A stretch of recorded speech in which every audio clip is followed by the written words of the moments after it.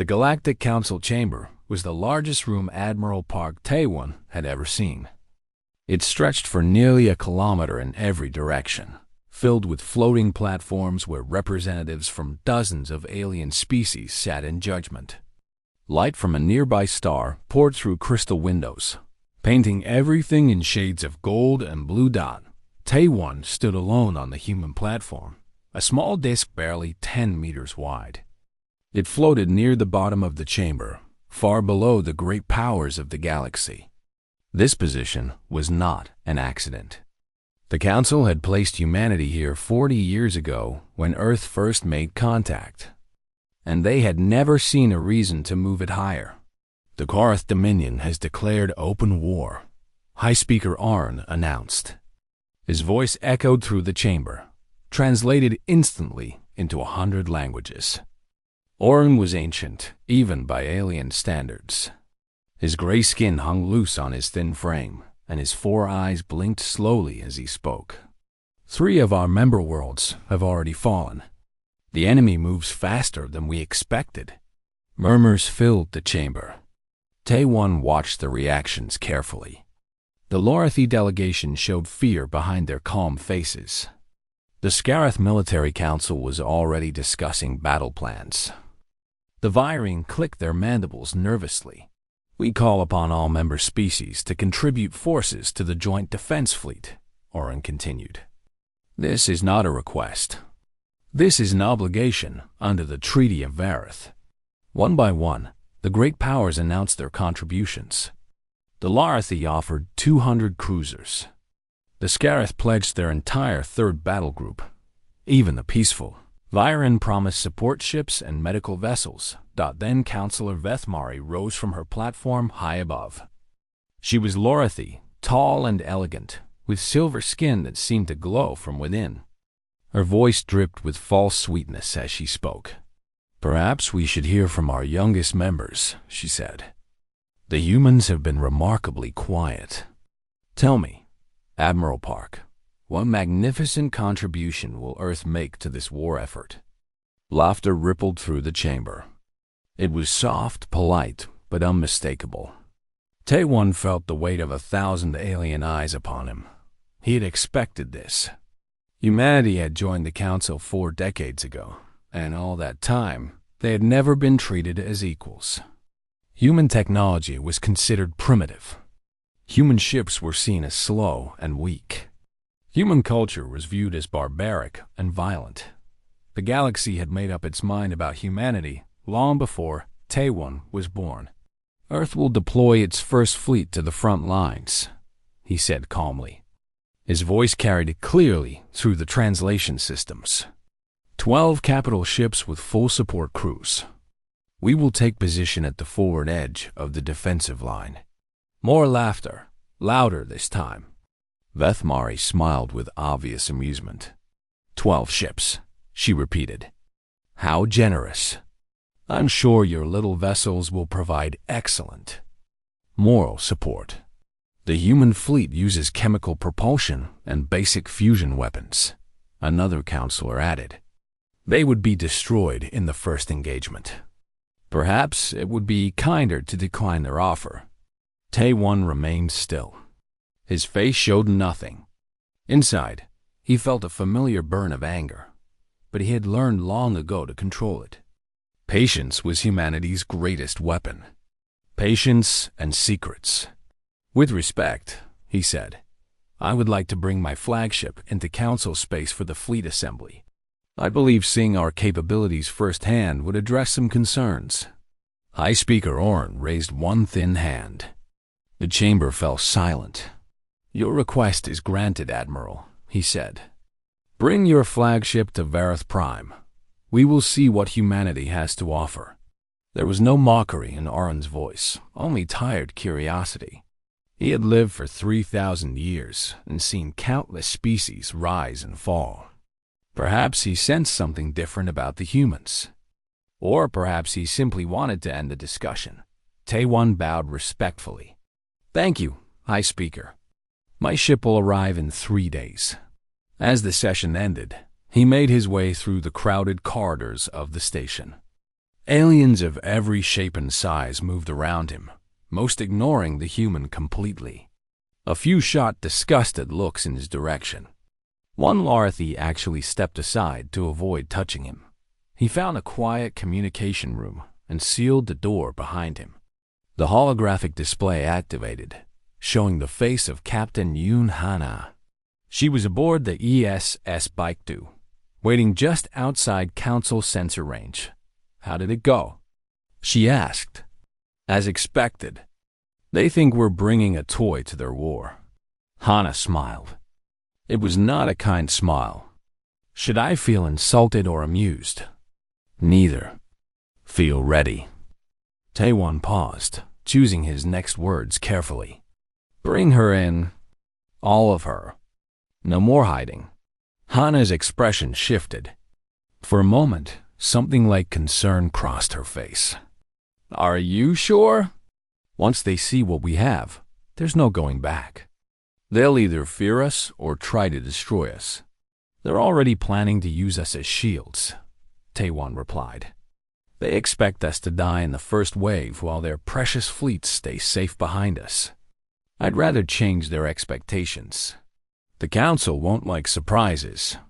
The Council hasn't liked us since the day we arrived. At least now they'll have a reason." He leaned closer to the display. 3 days, Captain. Bring the Baekdu to Vareth Prime. Let them see what 40 years of silence is built." Hana nodded slowly. "Understood, Admiral. What about the rest of the fleet?" "Keep them hidden for now. One revelation at a time. Let's not give them heart attacks." After the connection ended, Taewon stood alone in the dark room. Through the small window, he could see the gathered ships of the Council fleet. Hundreds of vessels from a dozen species, all armed with weapons that could crack planets and shields that could stop stars. They thought they knew power. They thought they understood war. They had no idea what was coming. 3 days. In 3 days, the galaxy would learn that humanity had not spent 40 years being weak. They had spent 40 years being patient, building, preparing, waiting for the moment when the truth would matter. That moment had finally arrived. Taewon allowed himself a small smile. It had been a long wait. Generations of humans had lived and died keeping this secret, enduring the mockery and contempt of species who thought themselves superior. But secrets, like patience, had their rewards. The Baekdu was coming, and when she arrived, the Galactic Council would finally understand why humanity smiled when they were laughed at. Because humans knew something the galaxy had forgotten. The quiet ones were always the most dangerous. 3 days passed slowly on Vareth Prime, the orbital zone around the station filled with warships from across the galaxy. Larathi cruisers gleamed like silver needles against the black of space. Scarith battleships bristled with weapons, their hulls scarred from 100 wars.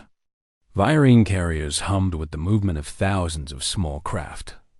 It was the largest gathering of military power in Council history. Over 400 ships, representing the combined might of 12 species. And somewhere out there, humanity's contribution was on its way. Lieutenant Shin Dong-woo sat at his navigation console aboard the ESS Baekdu, watching the countdown timer. In less than 1 hour, they would drop out of dark space and enter normal reality. Within sight of the Council fleet, he still wasn't sure if this was courage or madness. Status report. Captain Yoon Hana said from her command chair. Her voice was calm, but Dong-woo could see the tension in her shoulders. "All systems green," he replied. "Dark matter containment stable. Navigation locked. We'll emerge exactly where the Admiral specified." Hana nodded. "Good. I want a perfect entrance. No wobbling, no course corrections. We appear exactly where we intend to appear." From the engineering section, Specialist Kwan Miran spoke through the intercom. "Captain, the drive is performing beyond specifications. I've never seen readings this clean. It's like the ship knows this moment matters." "The ship knows nothing," Hana said. "But her crew does." "That's enough." Dong-Wu looked around the bridge. Every officer was focused, alert, professional. They had trained for years for this moment. Every drill, every simulation, every sleepless night had led to this single hour. The galaxy was about to learn the truth about humanity. The counter reached zero. Space twisted. Reality bent. A hole opened in the fabric of existence itself, and through it came the E-SES Baekdu. On Vareth Prime, sensor operators across a dozen species stared at their screens in confusion. Something was wrong with their instruments. They were detecting a ship, but the readings made no sense. The vessel was 3 kilometers long, longer than most Council battleships. Its hull was black, not painted black, but actually black, as if it absorbed all light that touched it. Strange patterns moved across its surface, like shadows swimming beneath dark water. And the energy readings. They were impossible. "What am I looking at?" demanded Councillor Feneth, the Scarith military commander. He stood in his flagship's control room, watching the human ship approach. "My sensors say that vessel is generating more power than our entire fleet combined." "That cannot be correct," his second officer replied. "Check for malfunctions." "I've checked 3 times. The readings are accurate." Feneth felt something he hadn't experienced in decades of warfare. Fear. Aboard Vareth Prime, Councillor Vethmari watched the human ship through the station's main observation window. Her silver face showed no expression, but her 4 hands trembled slightly. "Contact the human admiral," she ordered. "Demand an explanation." The communication connected moments later. Admiral Park Tae-won appeared on screen, standing calmly on the bridge of the Baekdu. "Counselor," he said, "is there a problem?" "What is that ship?" Vethmari's voice was sharper than she intended. "Our sensors cannot properly read it." "What technology are you using?" "Dark matter propulsion. Dark matter shielding. Dark matter weaponry." Park spoke as if describing the weather. "The Baekdu is the first of her class. We call them shadow vessels. Dark matter manipulation is theoretical, impossible. Every species in the galaxy has tried and failed. Humanity succeeded." The silence that followed stretched for nearly a minute.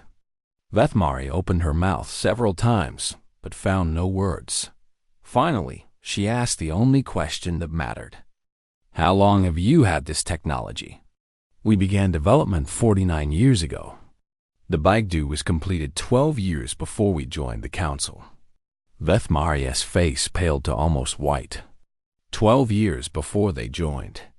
That meant humanity had possessed this power the entire time they were being mocked and dismissed.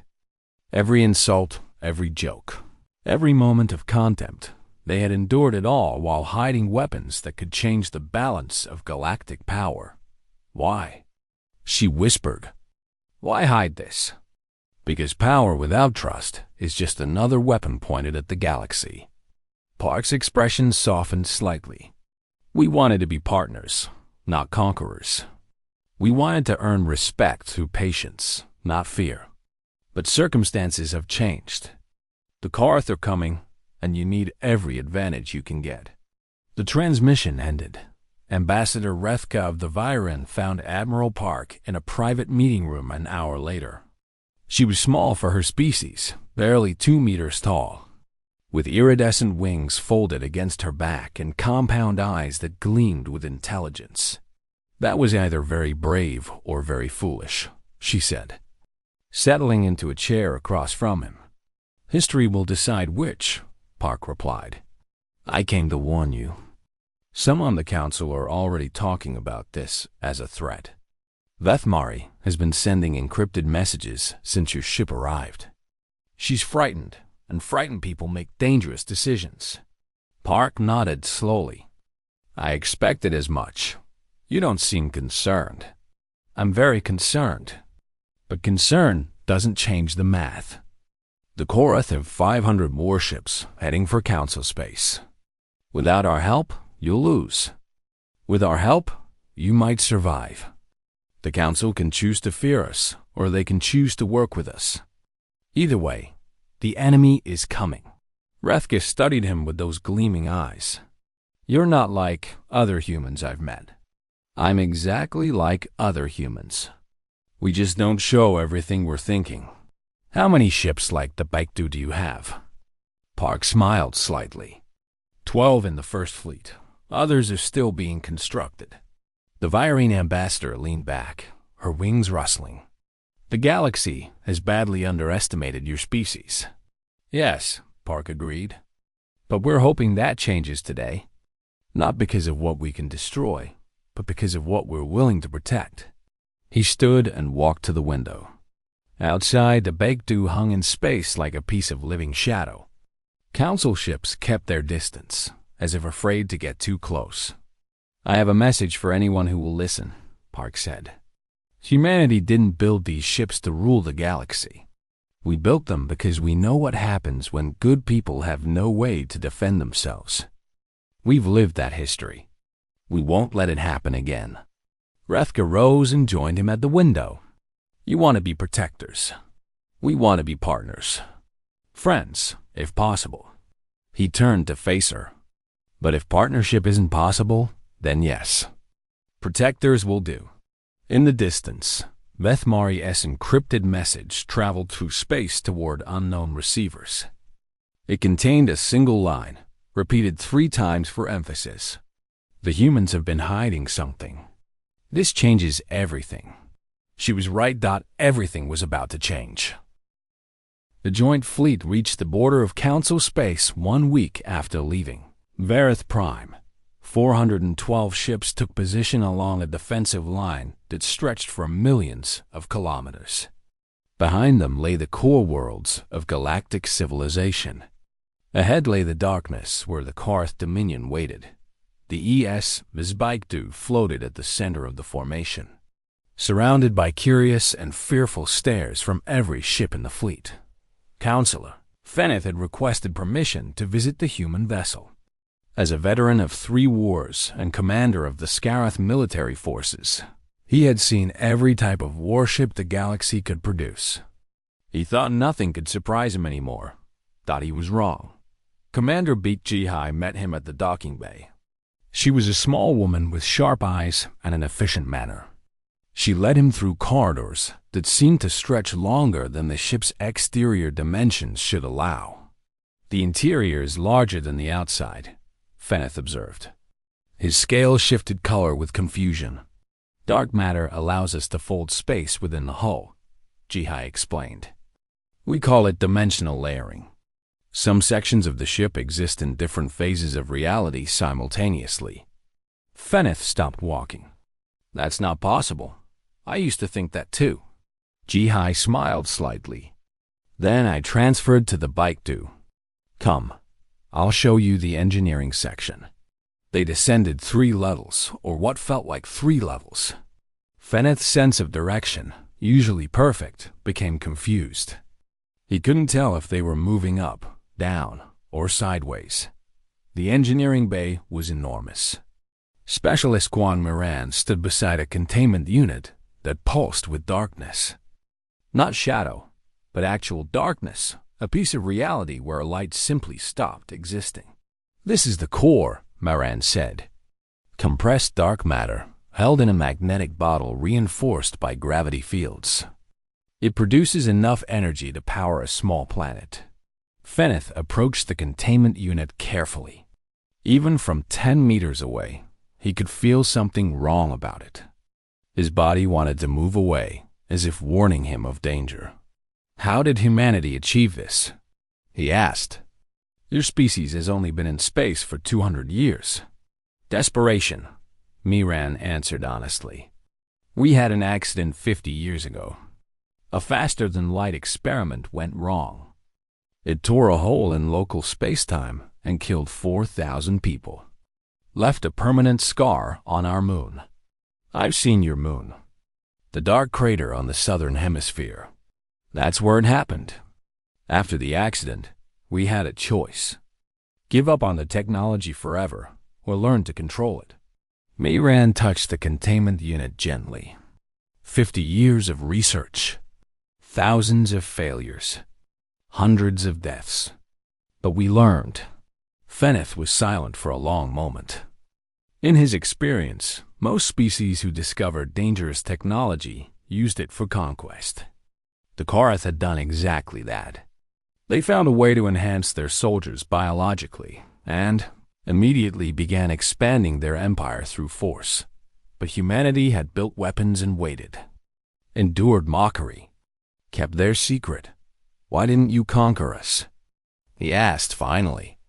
With this technology, you could have dominated the council easily. Maram looked genuinely surprised by the question. Why would we want to? We joined the council to find friends, not subjects. Before Feneth could respond, alarms began screaming throughout the ship. Battle stations. Jihai shouted. All hands, battle stations. Feneth followed her to the bridge at a run.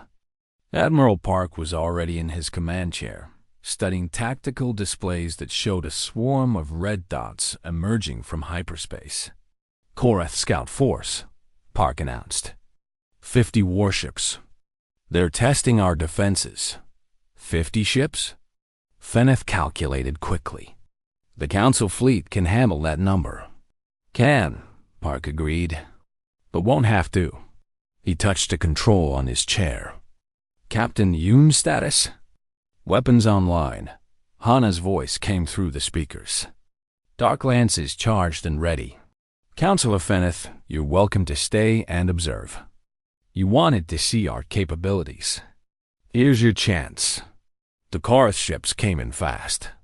They were ugly vessels, built for brutality rather than beauty. Their weapons fired first, sending streams of plasma toward the nearest Council cruisers. The Larthi cruiser Sentinel is taking damage, a tactical officer reported. They're requesting support. Tell them to hold position, Park said calmly. We're moving to engage. The Baekdu turned slowly, its massive hull rotating toward the enemy formation. Feneth watched through the main view screen as the ship aimed itself like a weapon. Dark Lance 1. Target the lead destroyer, Jihai ordered. Fire. A beam of pure darkness shot from the Baekdu's bow.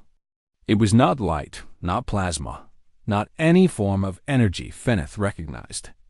It was something else entirely, a focused stream of collapsed dark matter that moved at the speed of light.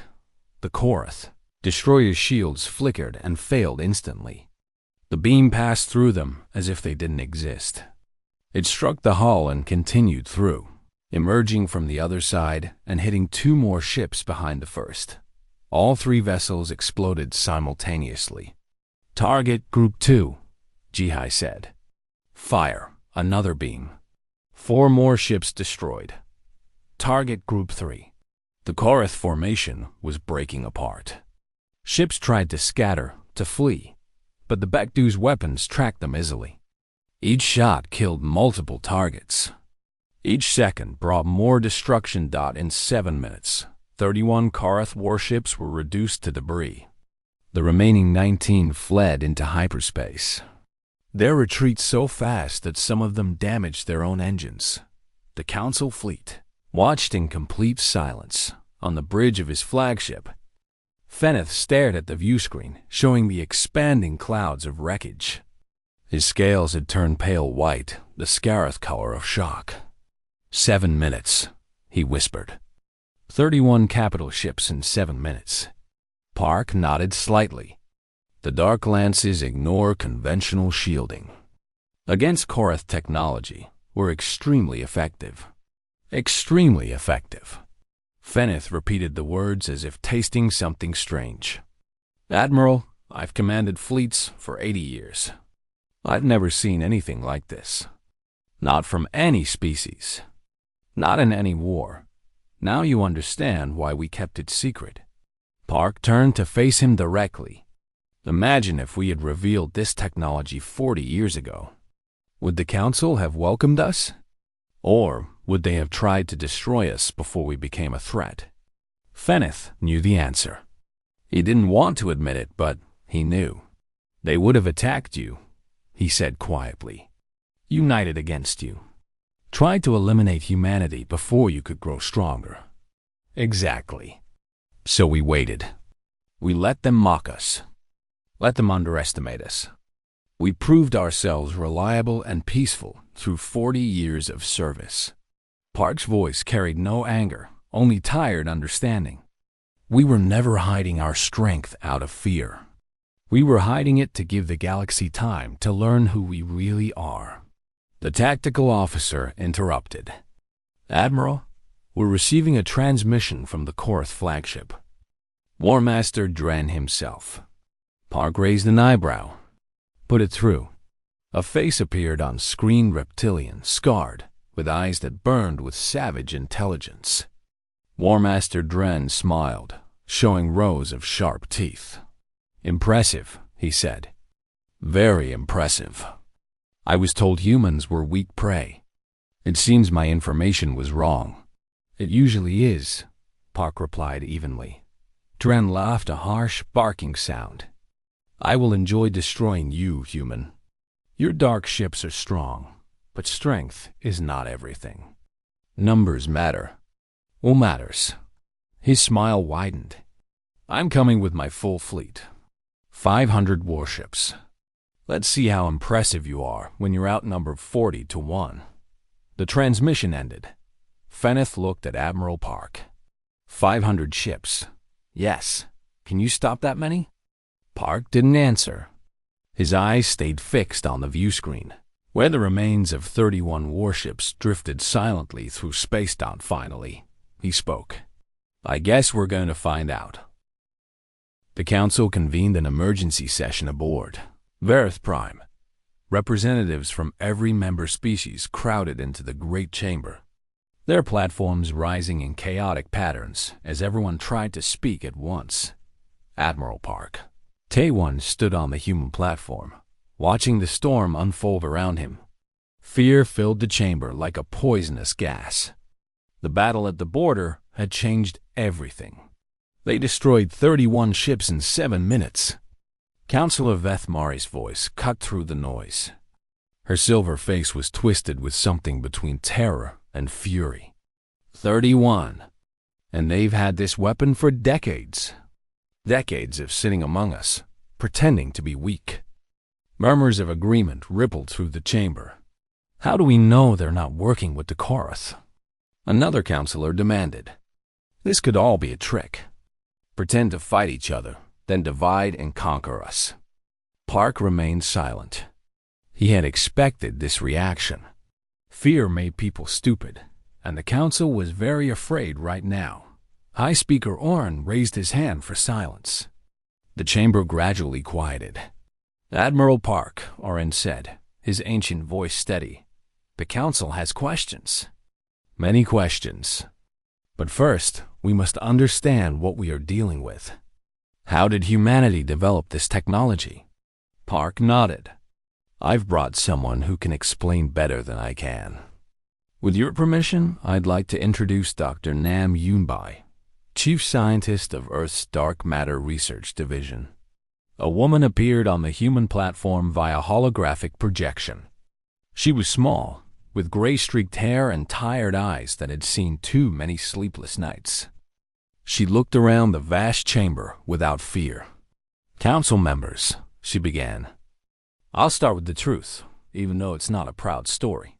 She touched a control, and images appeared in the air around her. A blue planet, a gray moon, and a dark scar cutting across the lunar surface like a wound.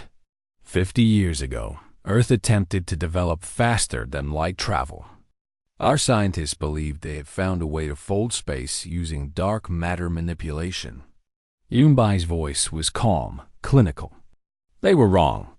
The images shifted. A research station, celebration, then chaos, fire, destruction. The experiment tore a hole in local spacetime. 4,000 people died in an instant. Another 6,000 died in the following days from radiation and dimensional collapse. She paused. The crater you see on Earth's moon is not natural. We made it. We made it by accident, and we killed 10,000 of our own people. The chamber was silent. After the disaster, Earth's government made a decision. We could abandon dark matter research forever and pretend it never happened. Or we could learn to control it, so the accident could never happen again. Yunbai's eyes swept across the assembled aliens. We chose to learn. That doesn't explain the weapons, Vethmari interrupted. You turned your research into instruments of destruction. Yes, Yunbai admitted. Because we're not naive. We know what the galaxy is like.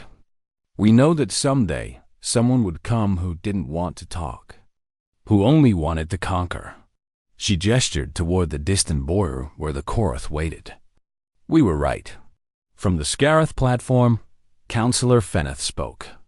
His voice carried the weight of his earlier experience aboard the Baekdu. I visited their ship, he announced. I saw their technology with my own eyes.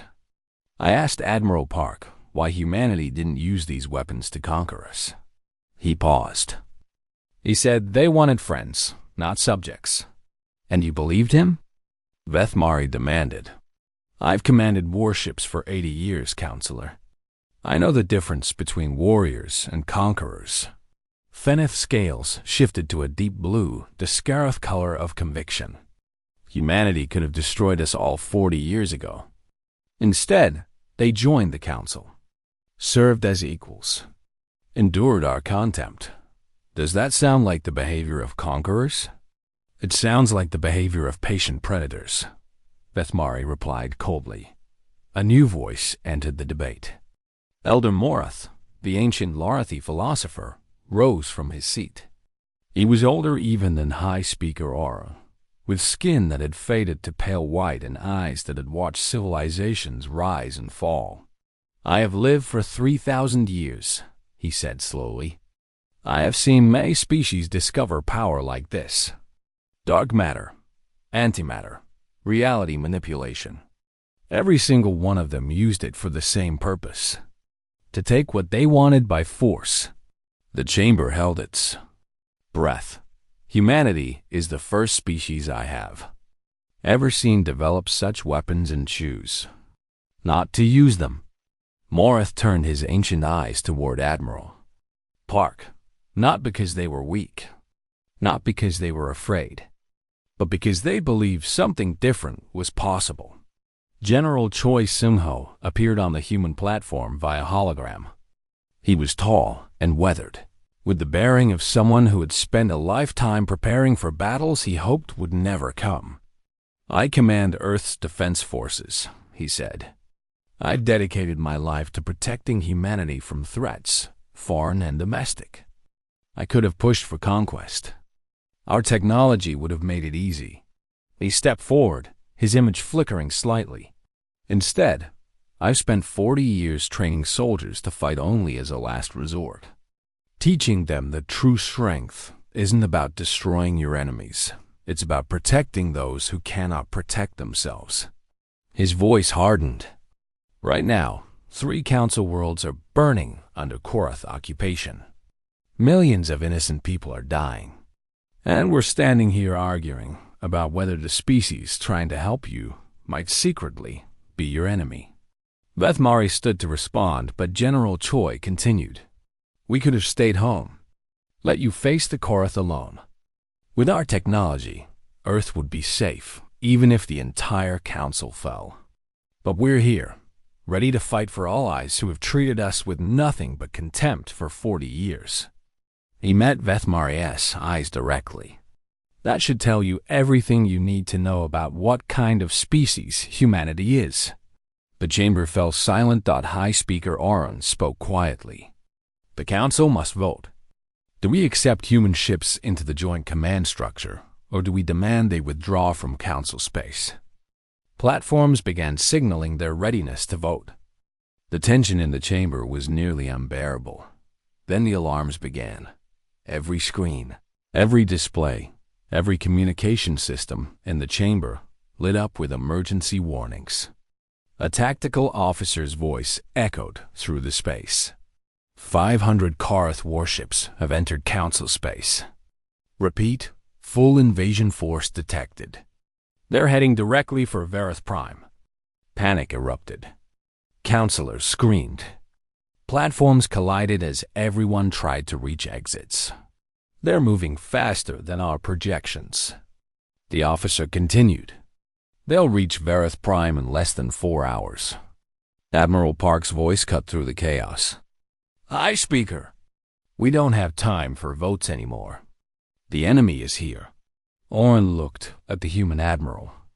In his ancient eyes, there was something that might have been hope, or might have been despair. What do you propose? Park stood straighter. Let us fight for you. Not as subordinates. Not as pawns. As allies. Give us a chance to prove what we keep telling you. That humanity came to the stars to make friends, not enemies. 4 hours. 500 warships.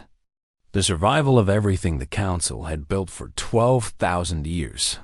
Oren made his decision. All fleet commands. This is the High Speaker. Humanity's first fleet is hereby granted full tactical authority in the defense of Vareth Prime. He turned to Park. Save us, Admiral. Prove that our doubt was wrong.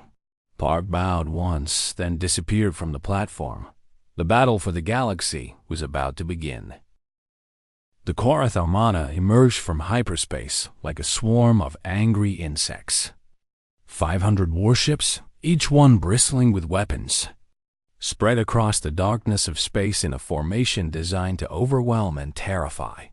War Master Dren stood on the bridge of his flagship, the teeth of conquest. His scarred face showed satisfaction as he surveyed his forces. The Council fleet is pathetic, his tactical officer reported. 400 ships, mostly defensive designs. They're forming a standard protective formation around Vareth Prime. And the human vessels? 12 ships, War Master. They're positioning themselves at the front of the defensive line. Dren laughed. 12 against 500. They're either brave or stupid. Probably both. The Karath fleet advanced. Aboard the ESS Baekdu, Admiral Park Taiwan watched the enemy approach.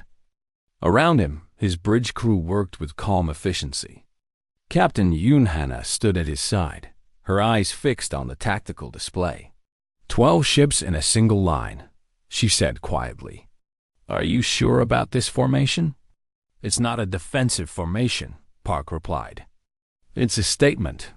Hana raised an eyebrow but didn't argue. She had served with the Admiral long enough to trust his instincts. Lieutenant Shin Dong-woo called out from navigation. All shadow vessels in position. The line is ready.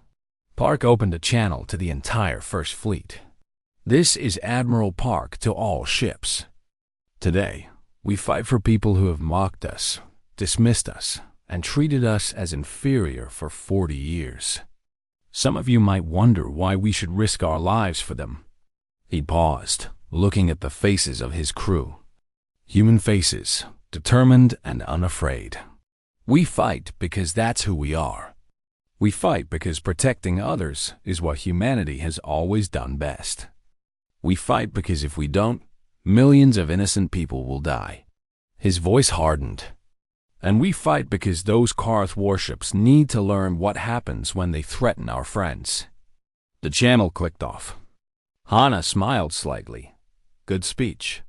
I've been practicing for 40 years. The Karath fleet opened fire first. Thousands of plasma bolts streaked across space toward the Council ships. Shields flared. Hulls cracked. The first Council vessels began to burn. The Larathi cruiser Starlight is down, a tactical officer reported. The Scarith battleship Iron Will has lost main power. Park remained calm. Hold the line.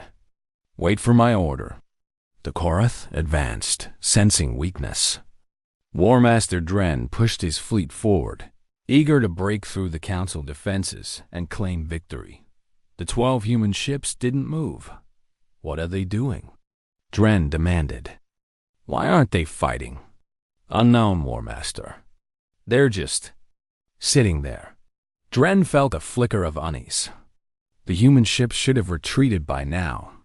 They should have been scrambling to defend themselves.